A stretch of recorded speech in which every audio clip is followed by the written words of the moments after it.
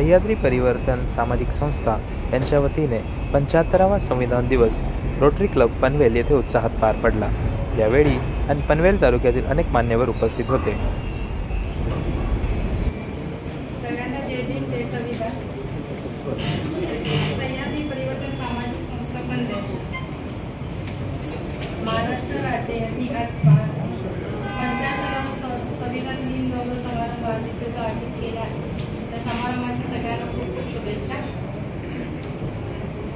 त्यांनी आज इथे आम्हाला मान्यवर म्हणून इथे जे आदरातिथ्य दिले त्याबद्दल त्यांचे मी आभारी आहे आणि संविधान दिनाच्या मी सगळ्यांना शुभेच्छा देऊन 2 शब्द संपत्ती जय सर।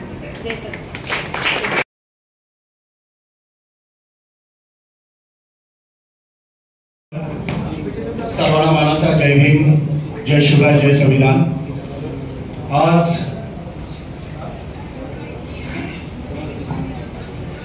सह्याद्री परिवर्तन सामाजिक संस्था पनवेल महाराष्ट्र राज्य यांच्या वतीने 75वा संविधान दिन गौरव समारंभ इथे आयोजित करण्यात आलेला आहे। या कार्यक्रमासाठी आमच्या संघटनेला बाबासाहेब लीगल पॅन्थर KGF कायदेशीर गणरक्षक फौज असे संघटनेचं पूर्ण नाव आहे।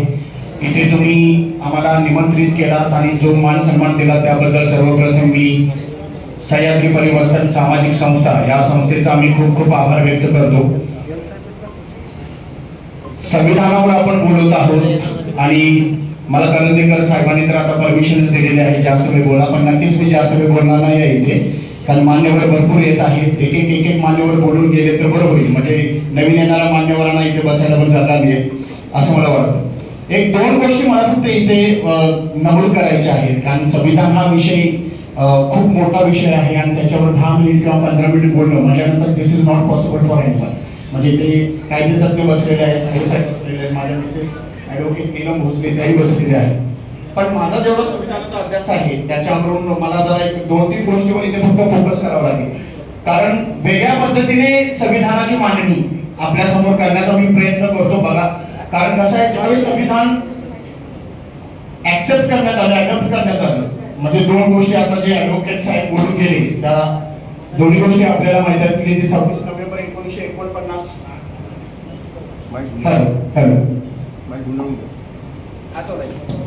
भारतीय राज्यघटना काय करण्यात आली, ऍक्सेप्ट करण्यात आली, पण त्याचं ऍक्च्युअल इम्प्लिमेंटेशन आहे भारतीय राज्यघटनेचं। तर ऍक्च्युअल इम्प्लिमेंटेशन आपल्याला सर्वांना माहिती आहे 26 जानेवारी 1950 पासून सुरू करण्यात आलं। साहेबांनी जी गोष्ट सांगितली 2 वर्ष 2 महिने त्याच्यावर अजून विचार करण्यात आला नाही, पण मला इथे एक गोष्ट नमूद करावी लागेल, कारण भारत ज्यावेळेस पारतंत्र्यामध्ये होता, ब्रिटिशांच्या अंडर होता, त्यावेळेस 1930 ला एक खूप मोठा संग्राम झालेला होता आणि त्या 1930 ला 26 जानेवारी हा दिवस स्वातंत्र्य दिन म्हणून साजरा करण्यात आलेला होता। म्हणजे 26 नोव्हेंबर 1949 ला जरी भारताची राज्यघटना ऍक्सेप्ट करण्यात आली, तर 26 जानेवारी हा दिवस actual enforcement of the Indian constitution start करण्यासाठी तो दिवस घेण्यात आलेला होता। ते 26 जानेवारीचं महत्व आहे। आता 26 जानेवारी 1949 ला 1962 ते 1962 ला आलेली राज्यघटना कधी सस्पेंड करण्यात आली, पुन्हा दुसऱ्यांदा 1969 ला काय करण्यात आली, ती पण सस्पेंड करण्यात आली, ती ॲब्रोगेट करण्यात आली 1972 ला। आणि तिसरी जी आता पाकिस्तानमध्ये राज्यघटना आहे ना, ती तिसरी राज्यघटना पाकिस्तानमध्ये आता आपण जी पाकिस्तान वापरतो ती त्यांनी तिसऱ्यांदा आत्मसात केली, ती आली 1973। म्हणजे 1973 म्हणजे तुम्ही ड्युरेशन समजून घ्या, त्यांना कॉन्स्टिट्यूशन आणण्यासाठी 25 वर्ष लागली पाकिस्तानला, 25 वर्ष। अमेरिका सारख्या देशाला जर आपण 395 एवढा ड्युरेशन जर आपण कॅल्क्युलेट केलं ना, एवढी कलम आणि ड्युरेशन, तर अमेरिकेला भारतासारखी राज्यघटना लिहिण्यासाठी असं म्हणलं जाते 728 वर्षांचा ड्युरेशन होते। किती? 728 वर्षांचा ड्युरेशन। आणि अशा भारतीय संविधानाचा आपण पार्ट अँड पार्सल आहोत। हे भारतीय संविधान आपल्याला काय करतं, प्रोटेक्ट करतं। तर या संविधानाबद्दल आपल्याला प्रत्येकाला अभिमान आहेच, पण तो अभिमान फक्त रस्त्यावर नारे देण्यासाठी नसावा, हे माझं पर्सनल मत आहे। प्रत्येकानं भारतीय राज्यघटना वाचली पाहिजे, आपल्याला दिलेले अधिकार वाचले पाहिजेत, केलेल्या सर्व प्रोव्हिजन वाचल्या पाहिजेत। जे रिझर्वेशन पॉलिसी फक्त 10 वर्ष आहे असं सांगितलं जातं, याच्यावर खूप मोठा विषय आहे, त्याच्यावर आपण अजून खूप चांगल्या पद्धतीने बोलू शकतो, पण वेळ नाही आपल्याकडे। मला आता आतापर्यंत 2 ठिकाणी सांगितलं सर बस झालं म्हणून बरं, मला ही समजतं आता आपला वेळ पण झालेला, आपल्यावर पसरत करतील अशी त्यांनी व्यक्ती करतात.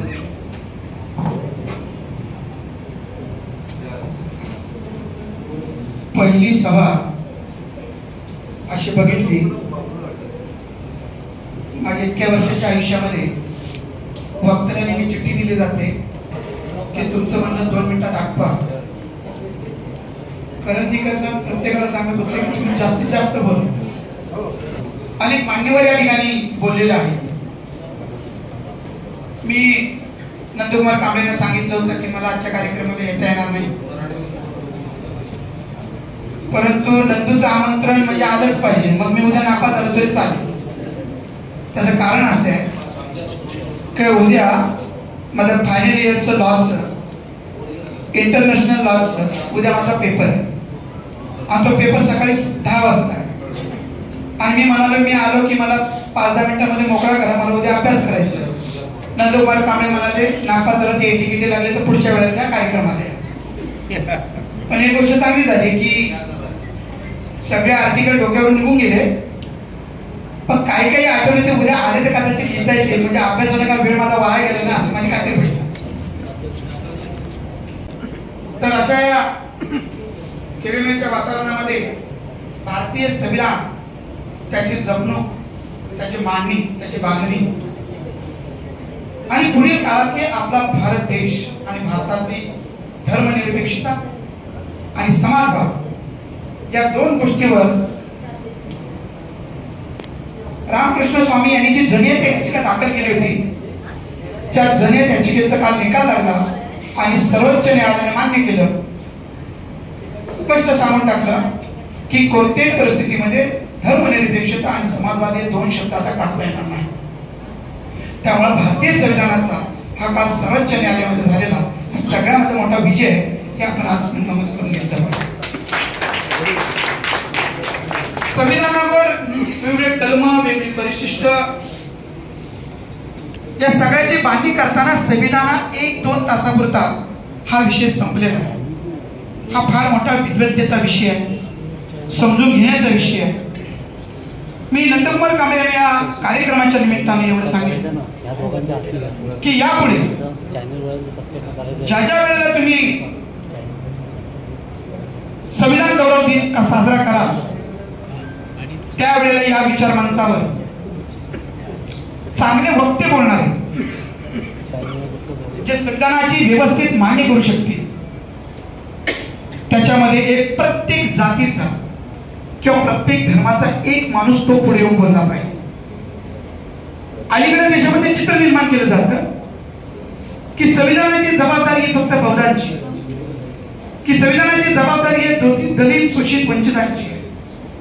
परंतु या संविधानातील न्याय, स्वतंत्र, समता, बंधुता, न्याय, सहिष्णुता ही जी मूल्य आहेत संविधानातील, ही संविधानातील या देशातल्या प्रत्येक जाती, धर्म, पंथ, घटकांसाठी आहे. परंतु आजही काही आदिवासींना, आजही काही देशातल्या 550 जातींपैकी काही जातींना हे संविधान माझ्यासाठी आहे हे ते मानायलाच तयार नाही. तुम्हाला संविधानाच्या रूपाने बाबासाहेबांना तुम्हाला एवढं दिलं असं स्पष्टपणे बोलून मोकळे होतात, तेव्हा तो संविधान खऱ्या अर्थाने समजून सांगणे तुमची आमची जबाबदारी आहे. जेव्हा शाळांच्या वर्गखोल्यामध्येच वेगवेगळ्या असणाऱ्या मूल्यांची ही पायमल्ली केली जाते, शाळेचा शिक्षकच आज मला वेगवेगळ्या विषयावर त्या संविधानाच्या अगेन्स्ट बोलताना दिसायला लागला, तर खऱ्या अर्थाने पायमल्ली जी होते ही आपण उघड्या डोळ्याने बघत आहोत. मीडियावर, बातम्यांमध्ये, वृत्तपत्रामध्ये संविधान धोक्यात बोललं जातं.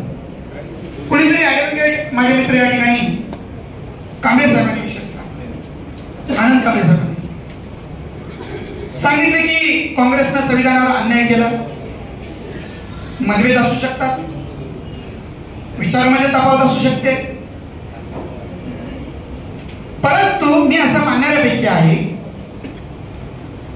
की महामानव नावाचा जे खंड आहे, नरेंद्र जाधवांनी लिहिले 3 खंड आहेत, हे प्रत्येकाच्या घरामध्ये असले पाहिजेत.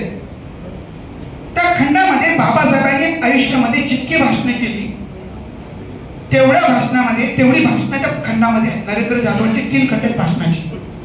पण ते वेगवेगळ्या विषयाची भाषणं हे आपल्याला त्यामध्ये पाहायला मिळते. त्याच्यामध्ये एका सभेमध्ये बाबासाहेब म्हणतात की काँग्रेस हे जळतं घर आहे, तुम्ही काँग्रेसला मतदान करू नका. आयुष्यभर आमच्या माथावर मांडलं की बाबासाहेब म्हणाले ते काँग्रेस हे जळतं घर आहे. ही निवडणुकीतली भाषणं आहेत. आणि आज निवडणुकीतली भाषणं आता टीव्हीवर काय चालले महाराष्ट्र सरकार बांधताना हे तुम्ही बघता.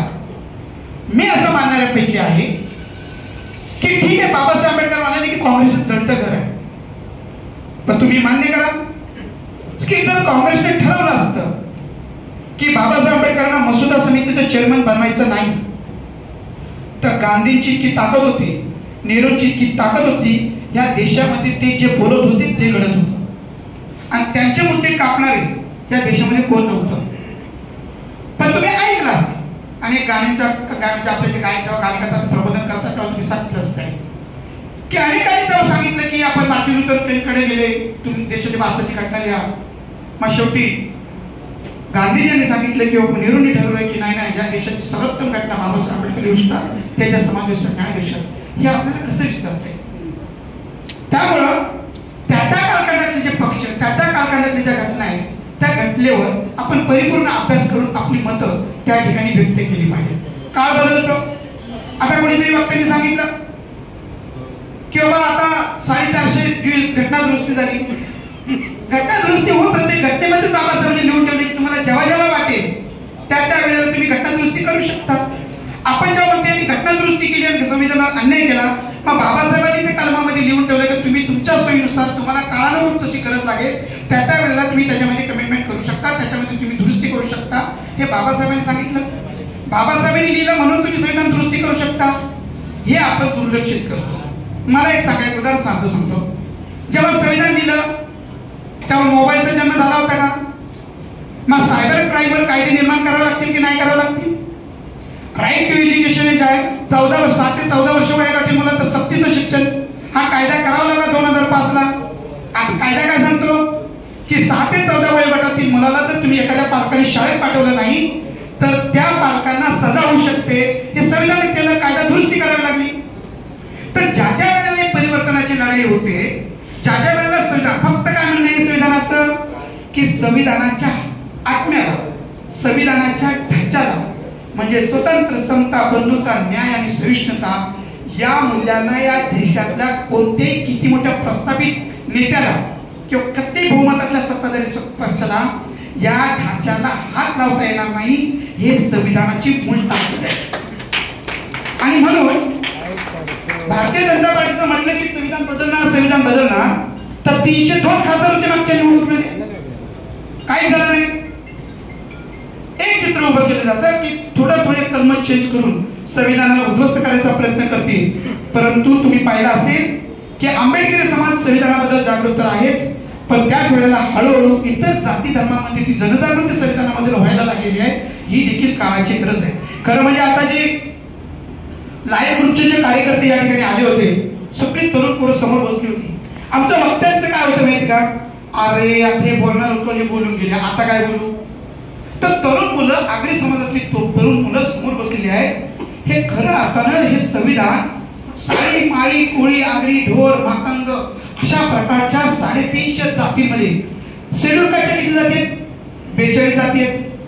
या 42 जातीपैकी बौद्ध जातच अख्ख्या देशाला दिसते, 41 जाती दिसत नाही. कारण समाज जागृत आहे, तो प्रश्न विचारतो. परंतु अशा प्रकारे प्रश्न विचारणारी जमात आपल्या देशामध्ये निर्माण करत नाही. म्हणून मी मगाशी म्हणालो कांबळे साहेबांना, पुढच्या वेळेला जेव्हा संविधान गौरव दिन तुम्ही तेव्हा या ठिकाणी एक मराठा, एक ब्राह्मण, एक माळी, एक कोळी, एक आगरी अशा प्रकारचे वक्ते आणून हे संविधान आता या बहुजन समाजाला सांगणं हे अत्यंत गरजेचं झालेलं आहे. कारण देशाच्या स्वातंत्र्यानंतर मी नेहमी सगळ्यांना सांगतो की बौद्ध समाजाने जी प्रगती केली, देशाच्या स्वातंत्र्यानंतर बौद्ध समाजाने जी प्रगती केली निलेशजी, तेवढी प्रगती स्वातंत्र्यानंतर कुठल्याही समाजाने इतक्या अवधीमध्ये करता आलं नाही. 5000 वर्षाच्या अगोदर या नागरिकांना, या देशातल्या बांधवांना शिक्षणाचा अधिकार नव्हता, चांगले कपडे वापरण्याचा अधिकार नव्हता, शिक्षणाचा अधिकार नव्हता. तो समाजात IAS, IPS, IG, DIG, SP, CP झालं, माझ्यासारख्याच उल्लेख प्रभूजींनी केला. पांढरी शुभ्र डस्टर गाडी, पुढे जय भीम मागे जय भीम आतमध्ये बुद्ध. देवीच्या पाड्याला माझी प्रशिक एज्युकेशन सोसायटी शिक्षण संस्था आहे, 10वी पर्यंतची शाळा आहे. प्रज्ञाशील तरुण म्हणजे प्रशिक आहे. पिंपळाचं पान मी शिंबॉल घेतलेला आहे. अत्तदीपक भाऊ ब्रिद्वाक मी घेतलेला आहे. आणि शाळेमध्ये बुद्धम शरणम गच्छामीची प्रार्थना होते. अशा अर्थानं खऱ्या अर्थाने संविधानाची मूल्य काय. ज्या दिवशी शाळा काढली त्या दिवशी म्हणाला सर तुमच्या शाळेत शिकेल कोण? मी सांगितलं 50 विद्यार्थी शिकले तरी चालतील, म्हणजे बाबासाहेबांच्या विचारांचे, शाहू फुले विचारांचे, छत्रपती शिवाजी महाराजांच्या विचारांचे विद्यार्थी शिकतील. आधी तुम्ही शाळेमध्ये कधी आलात, तुम्हाला शाळेमध्ये सगळ्या महापुरुषांच्या प्रतिमा त्या ठिकाणी दिसतील. याची चिंता मी करत नाही. त्याचं कारण महापुरुषांना नेहमी किंवा सामाजिक चळवळीच्या लोकांना नेहमी टीकेला सहन करावं लागतं. टीका होत राहते. ज्यांच्यावर टीका होते त्यांच्यावर इतिहास लिहिला जातो.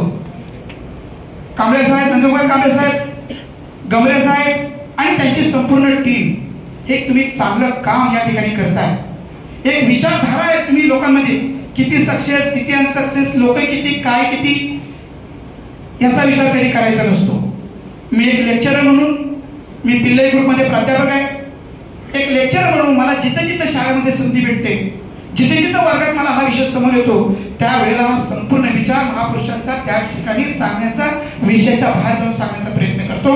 कारण आपल्याला जिथे जिथे गौतम बुद्ध एका ठिकाणी म्हणतात, रास्ते में आपको सही कोई भी सदग्रस्त मिले आप उसको प्रवचित करो. कोण ऐकील न ऐकील, त्याला पटे न पटे याचा विचार कधी करायचा नाही.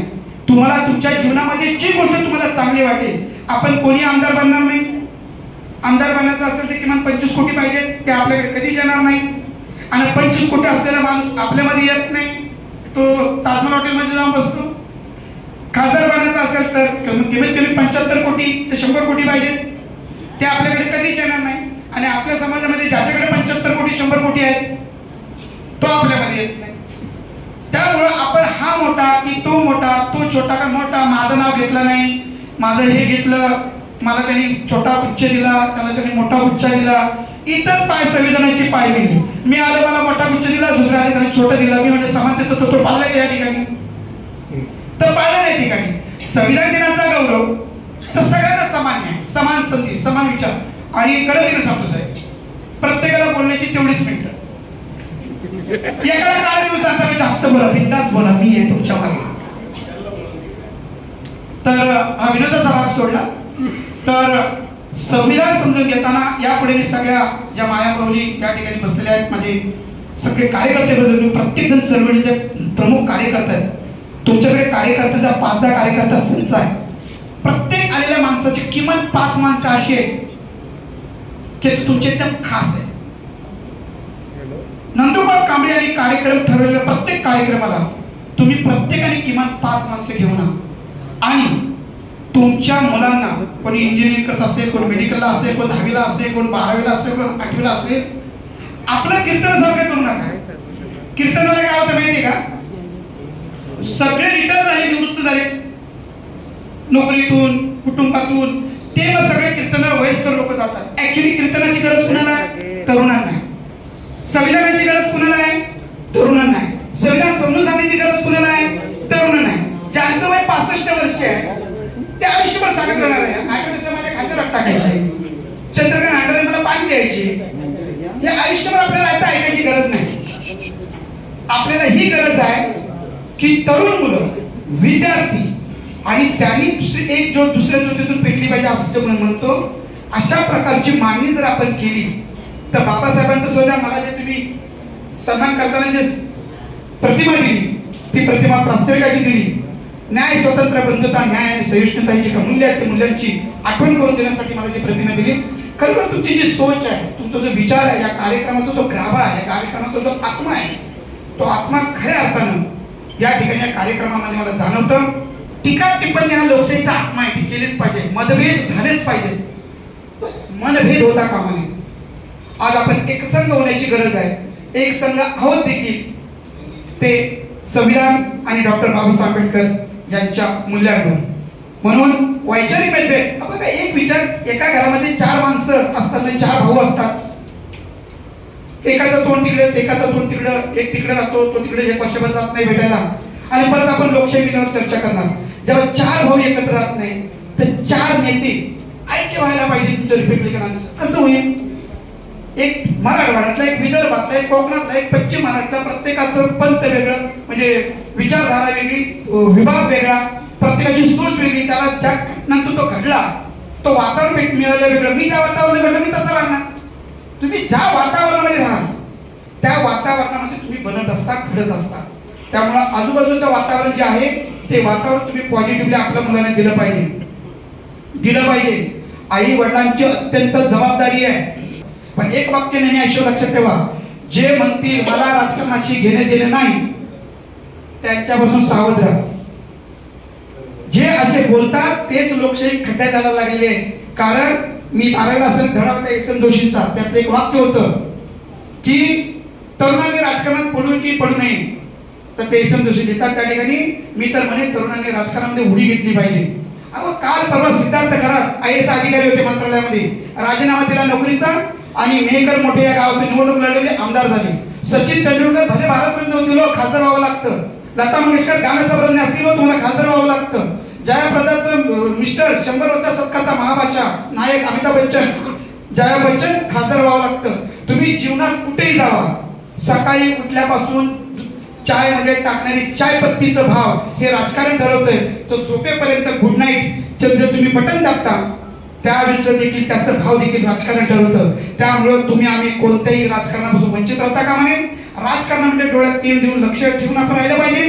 बदलत्या भूमिका आणि बदलता विचार या आपण त्याच्याकडे पारदर्शक पाहिलं झालं पाहिजे. आणि घरातल्या आपल्या मुलांबरोबर मुलींबरोबर टोटल राजकारणावर मोकळ्यापणाने बोला. मुलांना उच्चतम दर्जाचं शिक्षण द्या. प्रभूंनी सांगितलं माझा मुलगा देशातल्या टॉप IIM मध्ये शिकतोय, मला अभिमान आहे. आपली मुलं शिकली पाहिजे, IIT IIM सारख्या ठिकाणी गेले पाहिजेत. NIT मध्ये आपली मुलं शिकली पाहिजेत. बऱ्याच जणांना पालकांना माहित नाही NIT काय, IIT काय, IIM काय. जर हे माहीतच करून घेतलं नाही तर आपली मुलं उच्च पदावर त्या ठिकाणी कसं पोहोचतील. यासाठी अशा प्रकारचे उत्सव साजरे करताना संविधान गौरव असेल, बाबासाहेब आंबेडकरांची जयंती असेल, महाकरुणी गौतम बुद्धांची जयंती असेल, शाहू फुले आंबेडकरांची जयंती असेल, या सगळ्या जयंतीच्या निमित्तानं त्यांच्या विचारांचा वारस करत असताना पहिल्यांदा संविधानाचं मूल्य आणि त्यांच्या विचारांचं मूल्य आपल्या घरामध्ये रुजलं गेलं पाहिजे. आपण जगाला आदर्श बनलं पाहिजे. तर सांगायचा हेतू असा आहे की लोकशाही मूल्यांची जपणूक करताना आपल्याला स्वतःपासून सुरुवात करावं लागेल. आणि ज्या माझ्या माता भगिनी या ठिकाणी बसले आहेत, तुमच्या घरातला तुमचा प्रत्येक मूल मुलगी ही तुम्हाला सावित्री, जिजाऊ किंवा मुलगा बाबासाहेब आंबेडकर, शिवाजी महाराज हे तुम्हाला दिसले पाहिजेत. खूप मेहनत करा. आयुष्यातले म्हणजे दिवसातले प्रत्येक 2 तास आई वडिलांनी आपल्या मुलांना दिलेच पाहिजेत.